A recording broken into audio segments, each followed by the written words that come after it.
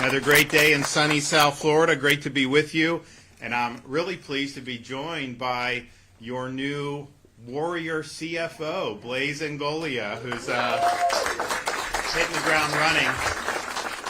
And I know that there's a lot that he's got on his plate, and we previewed a little bit of that yesterday when he did his official swearing in. But one of the things that we've worked hard on this year has been this idea of doging all areas of government.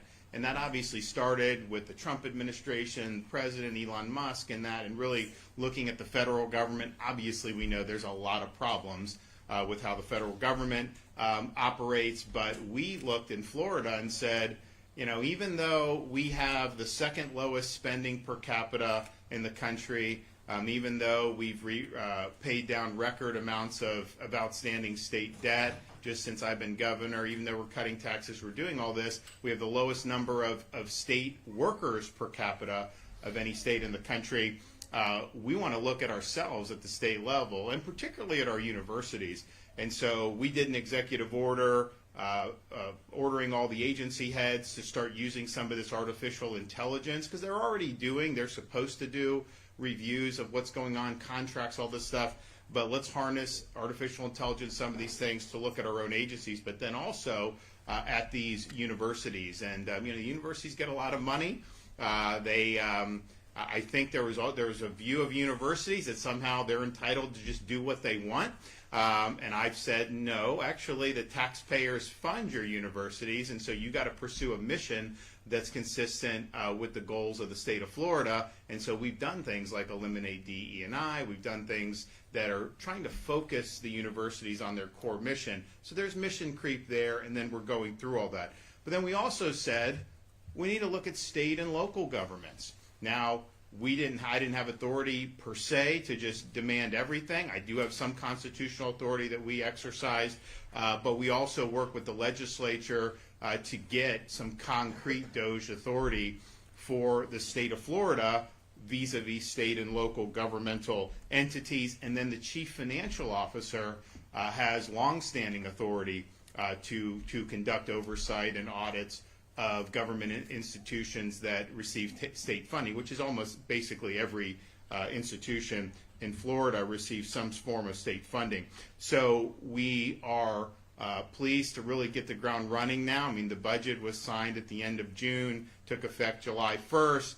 We've been doing some planning on this. Obviously, Blaise I put Blaise in to be the CFO because there was a vacancy there, and so now it's off to the races. Now, I think there's problems in local governments. Some local governments have done a good job. I mean, I think we have a big, diverse state, and it's not necessarily like this part of the state is all bad, this part of the state's all good. It's really a mix. And I've had a lot of complaints from folks down here in South Florida vis-a-vis some of the governments, but we've also had complaints in Northwest Florida and in other parts. And so it's important to just put all this in perspective. But I will say this, if you look at the state of Florida, you go back 15 years, the average Floridian was $1,200 per, if you took the state debt, you would be about $1,200 that you would owe as a Floridian. We've now driven that down to under $500 per Floridian. So the total state debt of all of Florida's history, if they somehow just said, you got to write a check, we got to pay it off tomorrow, you'd pay somewhere around $400. Now, if they told you from the federal government, and they told you you had to write a check for your share of the federal debt as an American citizen, you'd have to write a check for like $106,000. And so it's way different. Our debt is declining. The budget I signed, and I did about $600 million in line item vetoes to get it in line with my proposed spending levels from my governor's recs. But we spent less last fiscal year than the year before, and we're spending less this fiscal year than we did in the fiscal year that just elapsed at the end of June. There's not a lot of states that can say that they're actually doing that. Obviously, the federal government hasn't cut spending, so we're in a good position as a state, but we always want to do better. So we've started with state, and we're going to continue to do that. But we also now have the ability to bring this into the state and local level. And so I did do an executive order with the authority that we had. There were some things that people had to do. There was some stuff before the legislature acted that was more voluntary. Some local governments took us up on that offer. Other local governments did not take us up on that offer, as you might imagine. And so there was a disagreement among some. You had some commissions would vote, and it'd be a divided vote, and sometimes they would comply, sometimes they wouldn't. You know, my view would be you should be proud of what you're doing and proud of your budgeting and your spending, that you should welcome this stuff to be able to trumpet that to your constituency. But that wasn't true for everybody. And so, you know, we are here today with our new CFO, Blaise Ingoglia, that we are going to start doing on-site DOJ inspections and audits of local and of county and municipal governments. So beginning on July 31st, our teams are composed of auditors and other skilled staff that are drawn from various state agencies.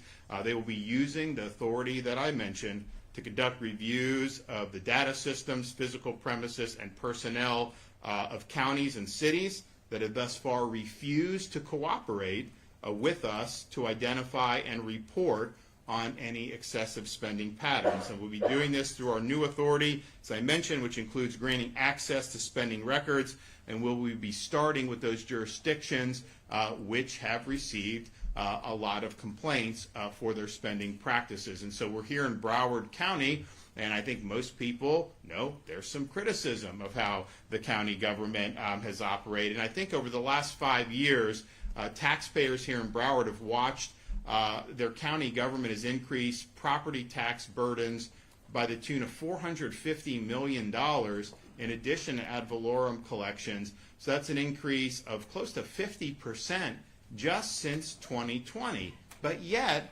the population of Broward has barely grown at all, less than 5% net since 2020. So why is the tax going up almost 50% while the population is going up less than 5%? You know, there are things that as population grows, we've seen this in the state of Florida, more people pay sales tax, you end up having higher receipts, but that's because of economic growth and more population. You haven't seen the population increase here. Now, Broward has also spent a lot of money on kind of pet causes, whether it's DE&I, whether it's the Green New Deal. They even did, I think it was, what was it, $800,000 for the Rose Bowl. They did a float in the Rose Bowl. The county administrator here makes almost $500,000 a year. So there's a lot of things that really deserve scrutiny. And here's the thing, you know, you're taxed just for living in your home as a Florida resident, and where is that money going to? We always hear it's about schools and police. Well, we all agree with that. But what about this other spending, and why has that gone up so much when there hasn't been an obvious justification to be able to do it? So we have the authority. This is no longer optional. We don't have to ask, Mother, may I? We can just simply say, you must comply under the law. Of course, there are supporting mechanisms built into the law for municipalities and counties that are non-compliant, and then of course I have constitutional authority to ensure that folks are following the law. So I look forward to these audits. So we are announcing today, you know, Broward County. We've got another announcement later today in Gainesville, but you are going to see a cadence of these put out very quickly over the next couple weeks. And so it's not just going to be in one part of the state, it's going to be across the board. We have gotten a lot of valuable information from folks that voluntarily participated, but I think that there's jurisdictions that didn't want to participate. We understand that, but we also understand that that's not going to be acceptable for the taxpayers here in the state of Florida. Before I turn it over to Blaise, I just want to make a quick comment on, you know, the city of Miami. You know, they cooked up this scheme with, I think, 3 of the 5 commissioners that they would just cancel the election scheduled for this November, extend their own terms in office, which the voters had never approved. That also violates term limits effectively, and that was just something that was going to be all hunky-dory. And I know a lot of people were concerned about it. I raised concerns about it and said it was bad. The Attorney General of Florida said it was not legal what they were trying to do. I know a lot of voters and residents down in South Florida were not happy with seeing that. And so yesterday there was a court ruling to say that no, you can't cancel the election, you can't extend your terms in office unless you get the approval of the voters. And isn't that how it should be? I mean, you as a voter go in to elect someone for a fixed term knowing you have another shot to have new elections at a fixed time, and that they can just decide, we're just going to dispense with that and go. That doesn't fly. First of all, it wasn't legal, but even if somehow it was legal, is there anyone that can make an argument with a straight face about why that would be something that would be acceptable to just thrust upon the voters without their consent? Of course not. So we were very much pleased to see that court ruling. I anticipated that court ruling because I think that what they were trying to do just ran afoul of not just the law, but basic common sense and principles of fairness. And so I hope that they'll be able to conduct a free and fair election this November. And if they want to change the dates of their election, you go to the voters before you do that. And you lay out a plan that you wanted in an even year. You don't just say, we're just going to stay in office a little bit longer, and regardless of what the voters think. So I appreciate those who were involved in that litigation, and I think it was the right decision. Okay, we got our fearless fiscal warrior, Blaise Ingoglia. Come on up.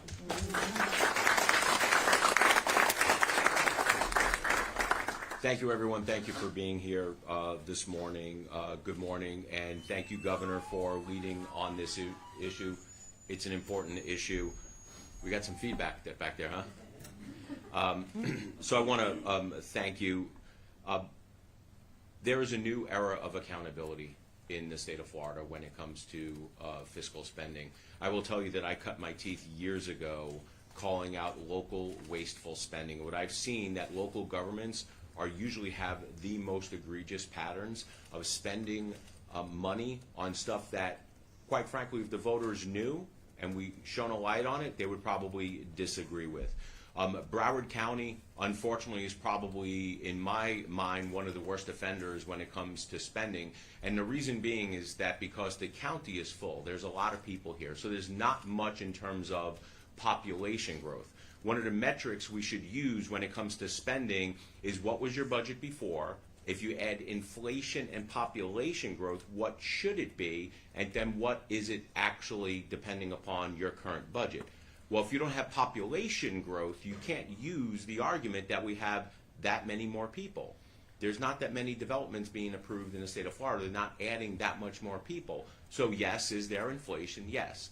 But the amount of money that is being asked of the taxpayers in the state of in Broward on behalf of their local government is far outstripping, in my opinion, the residents and the taxpayers' willingness and ability to pay. They're putting a crunch. One of the big issues that I am pushing for is affordability in housing, insurance and taxes. Taxes are one of the things that we can handle. So if we can get government to reduce spending, right-size their spending by getting rid of waste, fraud, and abuse, and quite frankly, the things that you probably wouldn't approve of, then we start off with a lower base number. The Broward is taken in with very little population growth. I think an extra $500 million worth of property tax revenues. That's a lot of money, and we have to start asking ourselves, and quite frankly, we need to start asking local government, where are you spending this money?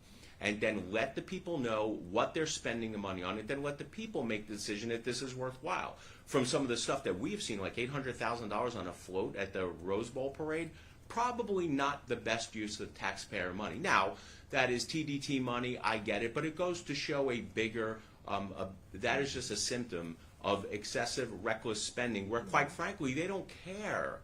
I'm sorry to say this, but a lot of local officials just don't care because they don't view it as their own money. You know, they view it as somebody like this endless pot of money. But you know what? The taxpayer, you guys are the endless pot of money. The power to tax citizens should not be taken lightly. If you're in office and you are taxing, you should be asking yourselves, if this was my own personal money, would I make the same investment? Would I spend the same thing? I see a lot of people shaking their heads. It's unfortunate, but government, over the past 20 years, all levels of government, I would say that the state is a heck of a lot better fiscally responsible, more fiscally responsible than what we're seeing at the federal government and the local government. But this is what really gets my craw is, how many times have you seen local governments sit there and cry poor, and then all of a sudden they ask for more money in terms of an additional sales tax going on the ballot? No. This is the first part in accountability and transparency that we're bringing to local governments, and saying that no, we are tired of the reckless spending. We are overspending and overtaxation. So going into the books through Florida Doge's effort, through the CFO's office, and having auditors go in and start questioning some of these things is the first step to bringing fiscal sanity back to local governments. Because quite frankly, local governments have been running amok for way too long. I look forward to working with this governor. I look forward to working with Florida Doge's team to start bringing a light, shining a light on some of this wasteful, egregious spending. I thank you for everything that you know, that you have somebody in the CFO's office who's going to look out for your best interest, the taxpayers' interest. Governor, I thank you for this leadership. Okay. And I appreciate Blaise taking this on. One of the things that that I did when I became governor was I actually just studied all the constitutional statutory provisions that related to the executive's ability to move policy. And there's certain things that are there that you're entitled, obviously, to wield on behalf of the people that sent you there.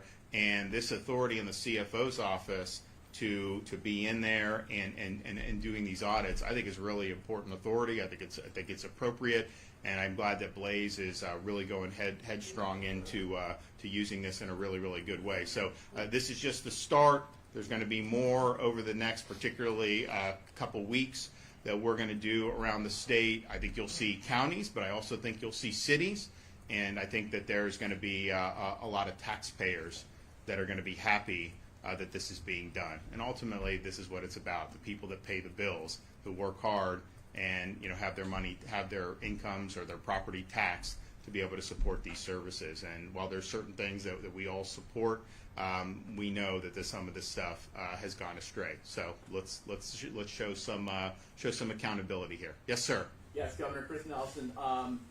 With your history with Broward County, you know these guys are going to buck, and this can be for you or for Blaise.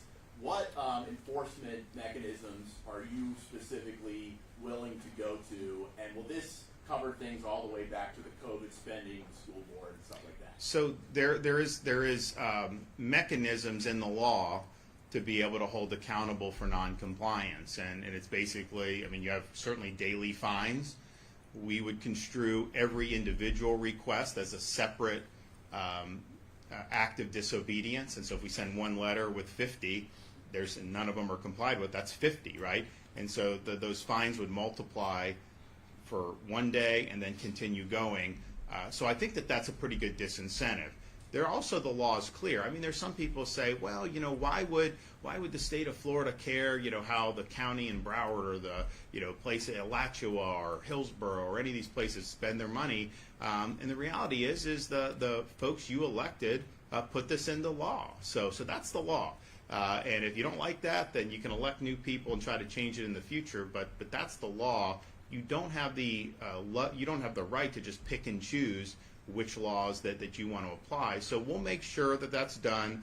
I know Blaise will be a hawk on this. We obviously will use our authority, and then quite frankly, I'm sure the Attorney General will ensure that there's compliance. So there's going to be compliance. That's just the way the people have spoken on this. We have the authority. I was very public about asking for this, and we got it done. And so now we're going to do the people's business. Yes, sir. Just can you break down? Broward County's millage rate has stayed flat for the last 8 years. Why is that not enough relief for taxpayers? Also, you mentioned a small change in percentage of population growth, but it's like 100,000, somewhere in 100,000 people a year living in Broward County. So a couple answers. First, I want to answer Chris's question in terms of, as a legislator, I get appropriation requests all the time, right? Now, I get it from my counties where they say that I previously represented Pasco, Hernando, Citrus, and Sumter counties. And now we get appropriation requests and asking for money. The first thing I ask myself is, do they need the money? What is the money being expended for? But I think the question we need to ask is, the counties who are requesting the money actually spending the money that they have wisely? And what will frustrate me is when I see a county egregiously spending, not being good stewards of the taxpayer dollars, and then all of a sudden put in appropriation requests. So to answer your question in terms of accountability, I think that if a county, municipality, city, any government entity is putting in an appropriation request because they want more money, and we have proven through Florida Doge efforts, through the audits through the CFO's office, that they are wasting the money that they have right now, they shouldn't be allowed to ask for any more money. We as a state should not give them an appropriation of $10, $15 million if A, they're sitting on a bunch of money in their coffers right now in their investment funds and their reserves, or if they've proven that they're not good stewards of the taxpayer money. If you need money for something and you don't have money, then that is a difference than if you have the money and you're wasting the money and then you're asking the money. We're not going to pour good money after bad. And to your point about the millage rate theoretically should be going down in those issues, not remaining flat.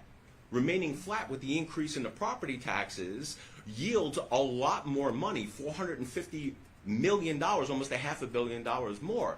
If you look at some of the places in this state that have the highest property values, I'm thinking Monroe County right now, over the years, the maximum allowed millage rate you can have per section in your trim notices is 10, right? I think there are some exceptions for small counties to pierce that. But if you're at 10 and property values go up, if you want to keep the same revenue, the millage rate should be going down, not staying the same. So when your county comes out and says, well, you know, our millage rate has stayed the same, that's a tax increase in this scenario. It's not a tax decrease. It's not even taking in the same amount of revenue. So millage rate should be going down, not staying stable, and they should definitely not be going up.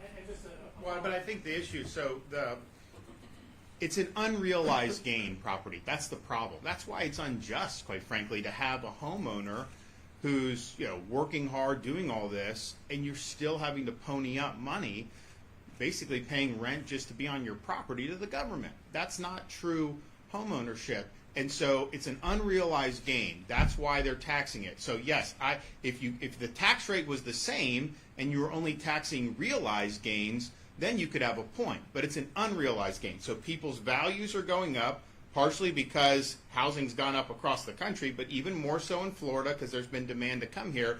And so people are paying more. Even homesteaded properties are paying more. And then, heaven forbid, you have a young family, you grow out of a house, you want to buy, then you're at a much higher cost basis right there, and you're paying a lot more. So they're taxing unrealized gains. And so if you're taxing unrealized gains, to say you're keeping the millage rate the same, you're taxing higher values. People are having to pay more, but they've never sold the home at that point. This is just paper value. And it's interesting. How often are they aggressive to assess your property value lower? No, that's not what they do. Yes? In regards to the City of Miami ruling yesterday, would you like to personally see those elected officials held accountable?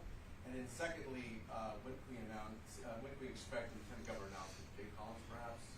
So I told people I would deal with these appointments after the legislative session. Obviously went till the end of June. So we were able to do the CFO. So the LG we're working on. I just got to vet people, right? And there's different folks that want it or this, and so it'll be soon. But it's not necessarily going to be today or tomorrow. Now look, on the City of Miami. Now some people ask me, could you remove the commissioners? And actually, the way Florida law is, governor has way more authority over county elected officials than municipal. So the municipal, really there needs to be a criminal pretext for the governor to exercise the suspension authority there. Now, why they did this. Was there something behind the scene? I don't know. I mean, obviously it's a shady thing, right? But I think probably the best way to do it in the short term is we got an election coming up in November, and I think the voters of Miami, and interesting, this is an issue that spans party. Democrats and Republicans, that I've seen all thought that this was a bad idea. The voters. I know some entrenched politicians thought it was a good idea, but this was a bad idea. And so I think the city's going to have an opportunity to elect a reform mayor and some of these commissioners. That's probably the best way in the immediate aftermath. Now on county stuff, like on the immigration stuff, I mean, if you have duties under the law, if you're neglecting those duties, then the governor does have the authority to suspend under those circumstances. So, yes, sir. Thanks, I appreciate it. With respect to municipalities that are not in compliance, is the sanction withholding state funding and appropriations, is that about the only sanction, or? Fines. So the where's Erica? I'm sorry. And my other question was. We have the fines are how much a day? $1,000 per day. For each line item. So, so for example, if we send a letter to a city and say, provide us information on these 100 things, and they don't do it, then each individual item would be a daily fine of $1,000. So that'd be $100,000 a day for 100 items, and that obviously multiplies very quickly. Yes, the appropriations process, I think, is a separate one. I think Blaise makes a great point. His authority obviously is triggered by the receipt of state funds, and so if you have a county that doesn't receive any state funds, which I don't think any county in Florida receives no state funds, then you would be immune from the CFO's oversight. So I think there's going to be both. And then I think clearly if it came to something where you just had a neglect of obvious duties in some of these positions, to the extent governor's constitutional authority is implicated, you would have the ability to do that. So I'm confident that the enforcement is going to be adequate. And here's the thing, people say, fine, just comply, we'll do it. I would love for some of the areas where people have told us, hey, you got to audit here, I would love for those to come back passing with flying colors. I mean, that'd be good for taxpayers if that happened. You said both, meaning appropriate state funding and the fine. That's the right, exactly. Yeah, I think I have so. one quick question on alligator opportunity. Sure. Lawyers are not able to see their clients out there. What do you think, being a lawyer yourself and a JAG lawyer? Well, I first of all, I don't know. Here's what I think is happening. You have some of these, and a lot of these are criminal aliens, and they will make claims, and then the media is kind of running with it. I know that the DHS anticipated that there would be legal involvement, and I know they even have a place where people can read books about this stuff. So that was all being kind of. Now I haven't been down there since the president was there. I may go back down very soon, but it's odd that they're going in there. I mean, you have these representatives. I mean, first of all, they're just trying to get some notoriety. So they're making these claims, and they're saying, oh, they're not fed well. Well, first of all, they're fed the same that the staff is fed. You go to and it's not a prison, it's a deportation processing center, so it is different. But in Florida prisons, do you think the prisoners get the same meals as the guards? No, of course not. It's different. Everyone's the same there, and they were mad that the ham sandwiches weren't toasted. Excuse me? I mean, give me a break. So DHS, required there to be certain things. I know the legal was a part of that. There is recreation. People say there's not, and there is. People will show. So I'm confident that whatever is required will be satisfied. I know that there's an effort to try to put whatever narratives out there that you can, but I'm confident that they'll get the job done. But here's the thing. Ultimately, the goal is you need a place that you can process and deport efficiently. If you want to be able to remove illegal aliens from the country, particularly the criminal aliens who shouldn't be anywhere in our communities, that needs to have some infrastructure to go with it. DHS does not have enough spaces to be able to do it. So we're running into situations. Florida's aggressive. Our state and local are required to participate. So our highway patrol, they may bust some van, and there may be 10 illegals in a van. they can bring to ICE, but if ICE doesn't have room for them, then ICE basically just either has to release them or hope that you can put somebody in a state, a county or a city facility, and you can do that at some point, but we don't have the space there. So that's why they're doing it. I think DHS is going to ramp up its space, which will be very helpful for this. And so there's a lot of logistics. There's a lot of, I mean, people say there's no due process. Actually, there's a lot of due process. That's why it takes this way. I mean, my view would just be, it's like, okay, are you here? Do you have a right to be here? Show us. Okay, let's look at this. We think not. And then just make a quick decision. And obviously, if someone has a right then to be, then they shouldn't be involved in any of this stuff. I would also note this. When you go into Alligator Alcatraz as an illegal, the first thing DHS does is they give you a brochure and they tell you, you don't have to come here.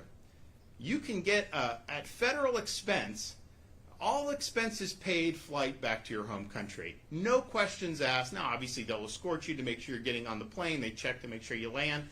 But they are offering that for every single one of these folks who end up being brought there. So nobody has to go there if they don't want.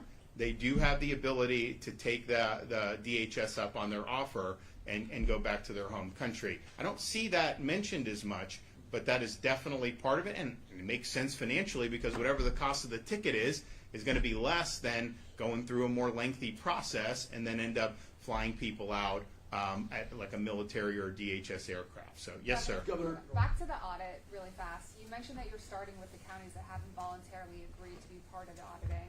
Do you know off the top of your head where the other South Florida counties stand, Miami-Dade, Monroe, Palm Beach? So, Miami-Dade, we have had some cooperation. I guess you'd say some cooperation with, I know we work with one of the commissioners, Eric. Would that be, I don't think they fully got on board, but what we do have some of the commissioners are helping on that. So I would say that they've been better than some, but not good enough. And so I think it's very possible that you see an announcement on Miami-Dade within the next couple weeks. I think it's also possible that you could see an announcement on Palm Beach. And then there's also municipalities in South Florida as well.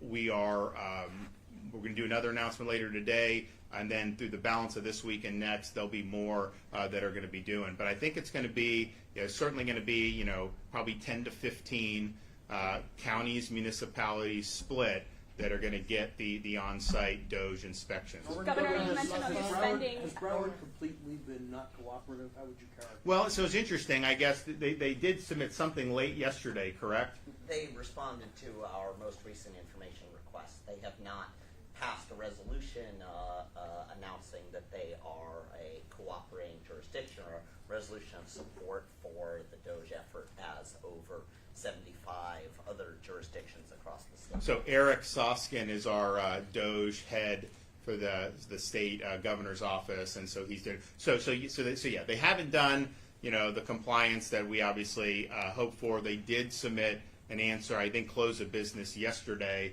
on that. Now we had already decided that this was going to be something that we were going to do going forward. So.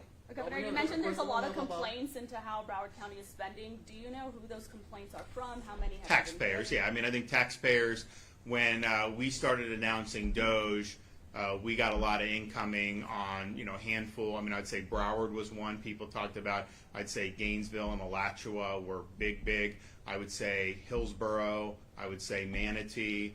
I would say there's some Northeast Florida. So, and then there's some agencies within county governments in particular. There's a couple sheriff's departments across the state that people have had concerns about. And then it's also just, we're looking at, you've had basically modest population, but big increases in spending. And that's the thing. You do have to look at population growth and the fact that we did have inflation. So it's like if you look at the state of Florida, if you go back to 2019 pre-COVID, we were spending in the between $90 and $100 billion for our state budget. The budget I just signed, although it's been a reduction 2 years in a row, was I think about $117 billion all in when you include everything.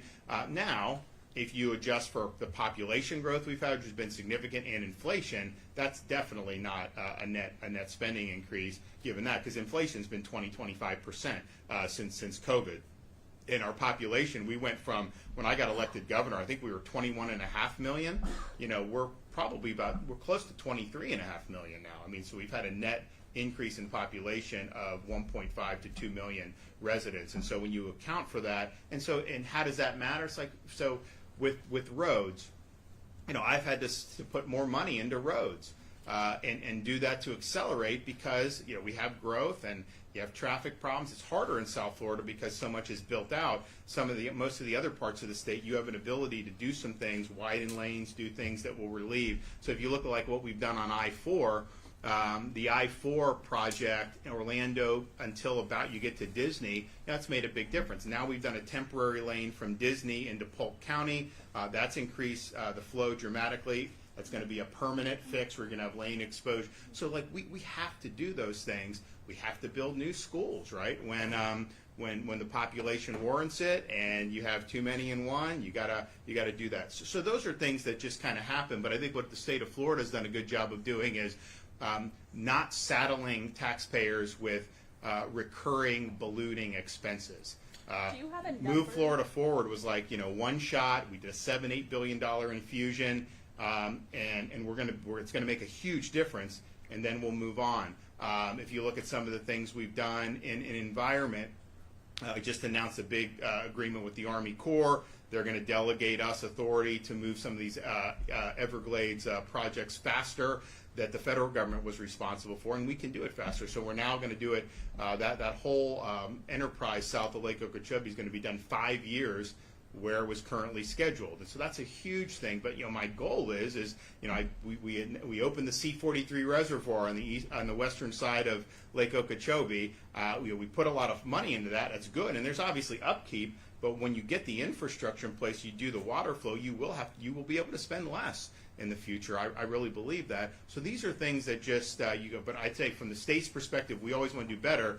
But I don't think there's any state in the country that can say they've cut spending on net the last 3 years, which is what we've done, and so I think that's a good thing. So Do you have a Would you be specific looking at the number on Broward Broward Sheriff's County? Office or just offices under the county commission? I think that's all fair game. I think when you're talking about property tax revenue, where does that go? I mean, the thing that people say is that that's the schools and the law enforcement, and I think I've been a big supporter of law enforcement, obviously, and I think that, you know, we have the best sheriffs in the country in the state of Florida, but I would not say all 67 departments, you know, are run great. I would say most of them are run well, but I would say that there are some that need to be looked at, and I think this could be one here, and I also think there's a couple others that have been brought to mind about where you would look to do. So stay tuned on all that. All right, we'll be back soon, guys. Thank you.